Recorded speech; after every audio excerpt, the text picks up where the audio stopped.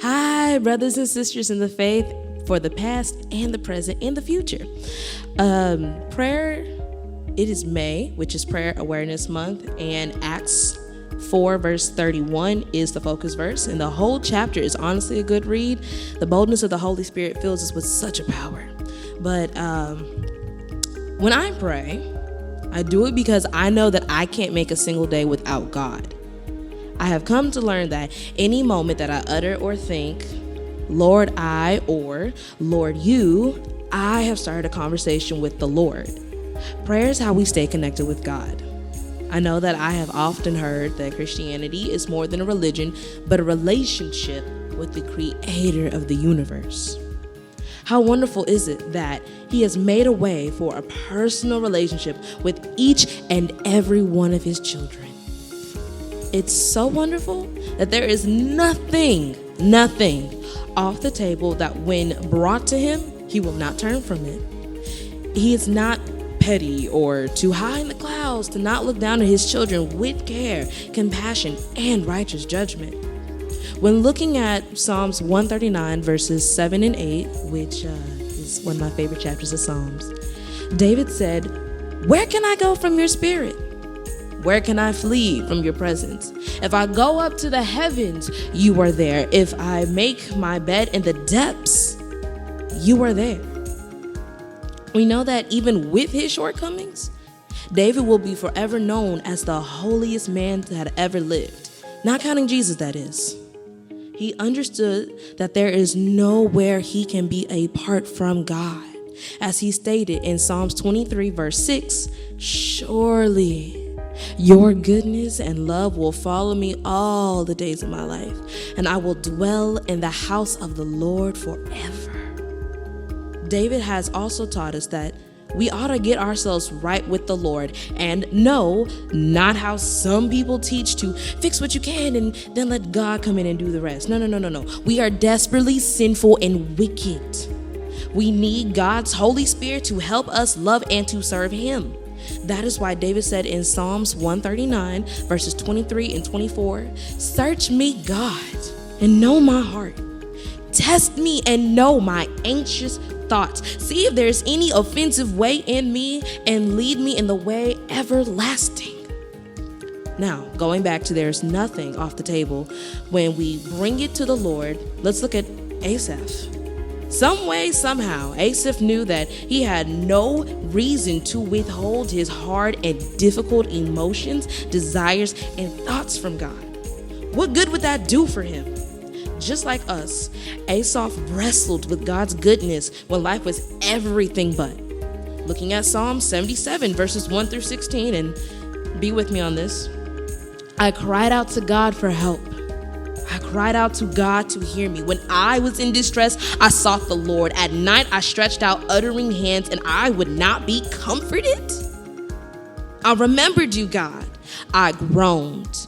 I meditated, and my spirit grew faint. You kept my eyes from closing. I was too troubled to speak." I thought about the former days, the years of long ago. I remembered my songs in the night. My heart meditated, and my spirit asked, "Will the Lord reject forever? Will He never show favor again? Has His unfailing love vanished forever? Has His promise failed for all time? Has God forgotten to be merciful? Has He in anger withheld His compassion?" Then I thought, to this I will appeal. The years when the Most High stretched out His right hand, I will remember the deeds of the Lord. Yes, I will remember the miracles of long ago. I will consider all your works and meditate on your mighty deeds. Your ways, God, are holy. What God is as great as our God? You are the God who performs miracles. You display your power among the peoples. With your mighty arm, you redeemed your people, descendants of Jacob and Joseph. The waters saw you, God. The waters saw you, and with it, the very depths convulsed. Asaph felt real pain and anguish in the Lord, the God of his ancestors that never failed him, but whatever was going on in Asaph's life blocked that fact from him. That is, until he brought his issues and burdens to the Lord. He withheld nothing because he knew that God was bigger and better than what faced him. He grieved in the Lord. He questioned God's goodness and mercy. He felt no peace while meditating on the Lord. He wondered if the Lord's anger had finally blocked his compassion. When he looked back over his life and the stories of God's favor from the past of his people, and probably his own personal life and his personal encounters and memories with the Lord, it brought him to full knowledge and understanding that the Lord is holy, that the Lord is good, that the Lord is trustworthy. The Lord deserves all of our praise, and that there is no one like the Lord our God. The Lord deserves all of our praise, for there is no one like him. So brothers and sisters, when you find yourself struggling to pray to our God, Yahweh, Adonai, Jehovah, all the amazing titles that he has, remember that he is not petty, and he will embrace us with open arms. If you are unsure what to say to the Lord, or know that you are struggling with being HOT, an acronym that stands for humble, open, transparent, before the Lord, use the scriptures as your guide.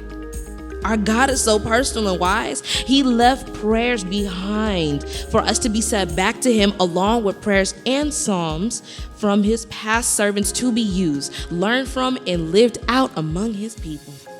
Come to him with your questions, burdens, doubts, praises, gratitude, admiration, brokenness, joy, confusion, seeking his will, learning what is in your heart, what needs to be accepted about him, what you need grace for, learning how to forgive and how to apologize, how to love others, how to be kind to yourself, how to walk with him, what it looks like, seeking out good counsel and company that put him first, how to heal, how to be gentle, and when to be bold for his causes.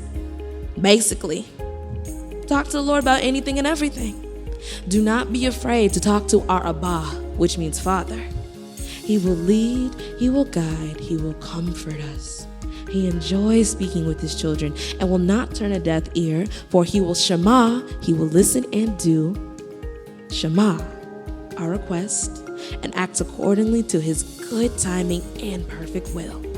He will not fail you, so fix your expectations on what prayer will do for you in your walk with the Lord.